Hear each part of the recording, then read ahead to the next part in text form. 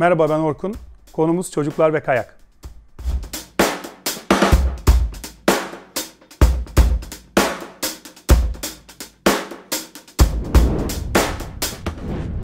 Evet, bu videoyu seyrediyorsanız bir çocuğunuz var ya da bir şekilde velisiniz.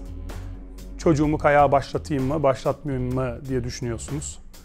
Hatta etrafınızdaki birçok insan aman çocuğunu kayak yaptırma, işte bir yerini kırar, bir yerine bir şey olur gibi size telkinlerde bulunuyor. Ya da siz biraz evhamlısınız, kendi kafanızda çocuğunuzu kayağa başlatırsanız ne olacağından çekiniyorsunuz. İşte o yüzden biz de bu videoyu çekmeye karar verdik. Yine mağazalarımızda en çok duyduğumuz sorulardan bir tanesi bu. Çocuğum kayağa başlarsa ne olur, nasıl öğrenir?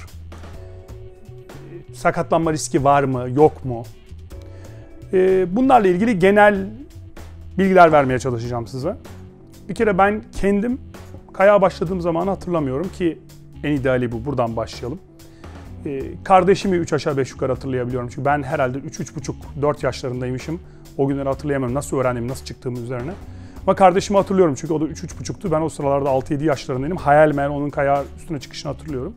Tabii bir şeyin en ideali nasıl öğrendiğinizi hatırlamadığınız şekli. Çünkü o sizin için konuşmak, yürümek, koşmak kadar doğal geliyor beraberinde. Düşünerek yapmıyorsunuz. Otomatik içgüdülerinize, kodlamanıza yazılıyor. Aynı şekilde o yüzden hiçbir zaman teniste de böyledir. Buz pateninde de böyledir.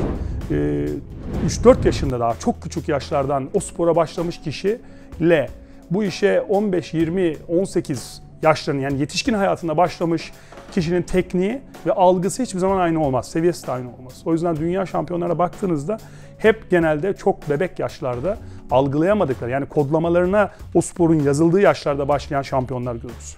Buradaki hedefimiz şampiyon çocuk yetiştirmek veya değil konumuz ama burası önemli. O yüzden çocuğunuzu ne kadar erken kayağa başlatırsanız çocuğunuz kayağı çok daha kolay öğrenecek. Çünkü ön yargılar yok, kafasında korkular yok. Hocanın ona söylediği, kayak öğretmeninin söylediği şeyi anında uygulayacak. Bilinç altında direkt uygulayacak ve hemen yapacak. Sizin bir haftada yapamadığınız şeyi o 5 dakikada yapacak. Artı biraz önce söylediğim sebeple kodlamaya yazıldığı için artık hayatı boyunca o iyi bir kayakçı olacak. Yani orada öğrendiği şeyleri hayatı boyunca unutmayacak artık. 15 yıl kayak yapmasa 15. yıl çıktığında çıkacak pistten aşağıya yıldızlar gibi kayacak. Şimdi buraya geçtikten sonra yani ne dedik? Ne kadar çocuğunuz kayağa erken başlarsa ki bu yaş benim kendi kızım adına söylüyorum şu an 9 yaşında. İlk kez 2 yaşındayken hatta 2 değildi tam 2 yaşındayken bacaklarımın arasında kaydırdım. Pardon düzeltiyorum 1,5 yaşında sırt çantamda kaydırdım. 2,5 yaşında bacaklarımın arasında kaydırdım. Ben tutarak onu serbest bırakmadan ve aynı zamanda batonla çektim. Kayak hissine alışsın, dengesine alışsın diye. 3,5 yaşında bir hafta kayak okuluna verdim. Ağzında daha emziği vardı. 4,5 yaşına geldiğinde hem kayak okulu hem özel hocayla dersler yaptık. Ancak 5,5-6'da benimle kaymaya başladı arkamda.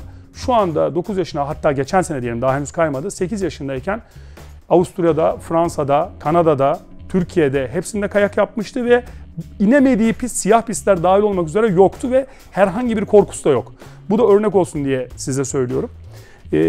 Erken yaşta başlamanın getirdiği avantajlar. Çünkü o korku bilinçlendiğin zaman gelen bir korku. Çocukta bu olmuyor. Şimdi risklerine gelelim olayın. Eğer çocuğum kayağa başladı, çocuğum için risk ne? Tabii ki böyle bir laf kullanılmaz. Yani sıfır diye bir risk hiçbir zaman yoktur. Ama çocuğunuz için olan risk sıfıra yakın. Nedenini de söyleyeceğim size. Çocuklarınız yetişkin yaşa kadar çocukların hepsi gençlik, delikanlılık yılları veya genç kızlık yılları da dahil edelim. Doğduğunuz günden yaşlandığınız güne doğru esnekliğinizi kaybediyorsunuz.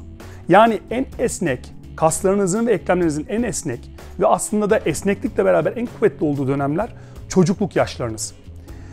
Aynı zamanda yere de çok yakın olduğunu düşünürseniz bir çocuğun, 4 yaşında bir çocuğun şu boyutlarda olduğunu, ağırlığının çok az olduğunu, kaslarının çok esnek olduğunu, bir çocuğun kolay kolay düşüp de bir yerini sakatlaması çok istisnai bir durum. Yani kırma gibi o tarz şeylere girmiyorum bile. Bu benim doğru düzgün rastladığım yok ama duyduğum da pek yok. Ama dediğim gibi sıfır olmasa bile sıfıra yakın. Hepimizin hayatında sıradan olan bir şey söyleyeceğim çocuklarımızın yaptığı, hepinizin yaptığı. Çocuklarımız ne yapıyor? Genelde futbol oynuyorlar erkekse.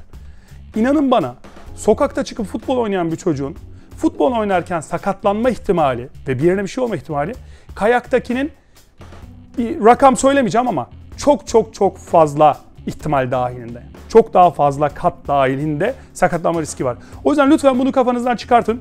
Çocuğunuzu bundan mahrum etmeyin. Çocuklarınızı erken yaşta kayağa başlatın. Onların sizin yapamadığınız şeyi yapmasını sağlayın. Doğuştan kayakçı olsunlar. Ve sizin hiçbir zaman gidemediğiniz pistlere, sizin ön yargıyla yaklaştığınız, sizin korkular içerisinde olduğunuz pistin önüne geldiğiniz yere onlar sıradan bulsunlar. Sokakta yürümek gibi aşağıya insinler. Malzemeye geldiğim zaman sadece şöyle bir toparlayacağım çocuklarla ilgili bölümü. Çocukların malzemesi de yetişkin malzemelerine göre ucuz. Fakat anne babalarda haklı olarak şöyle bir şey oluyor. Ben çocuğuma malzeme niye alayım? Büyüyor zaten diye. Çok haklı bu arada. Ben de bir baba olduğum, çok haklısınız. Bazen bir ayakkabı alıyoruz, 2 ay giyiyor, içim gidiyor. Veya bir ceket alıyoruz, kolları kısalıyor hemen. Fakat şöyle bir şey var. Kayakla ilgili de söyleyeceğim bunu. Kiralama ve satın alma arasındaki fark olarak kayağınızı kiralamaktan bir kere çocuk kayağını satın almak daha ucuz. Neden? Çünkü çocukta boy inanılmaz hassas olmadığı için yaklaşık bir boy aldığınız zaman çocuğunuza, çocuk o kayağı en az 2 yıl, bazen 3 yıl kullanıyor. Eğer olağanüstü uzayan bir çocuk değilse. Bunu da kiralama ve çocuğun kayak fiyatına böldüğünüzde ki satın almak her zaman daha ucuza geliyor. Taşıma derseniz çocuk kayakları çok hafif. Küçücük bir çantada çok rahatlıkla taşıyabiliyorsunuz. Bir yük değil. Ve son olarak da çocuk kayakları, bir çocuğun, bizim öyle oldu. Babamız sağ olsun bunu bize yaptı. Kendi kayağının olması çocuk için inanılmaz bir motivasyon. O yüzden çocuğunuza kendi kayağını almanızı da hem maddi tarafta hem de çocuğun motivasyon anlamında tavsiye ediyoruz. Şimdilik çocuklarla ilgili söyleyeceklerimiz bunlar. Bir sonraki videoda görüşmek üzere.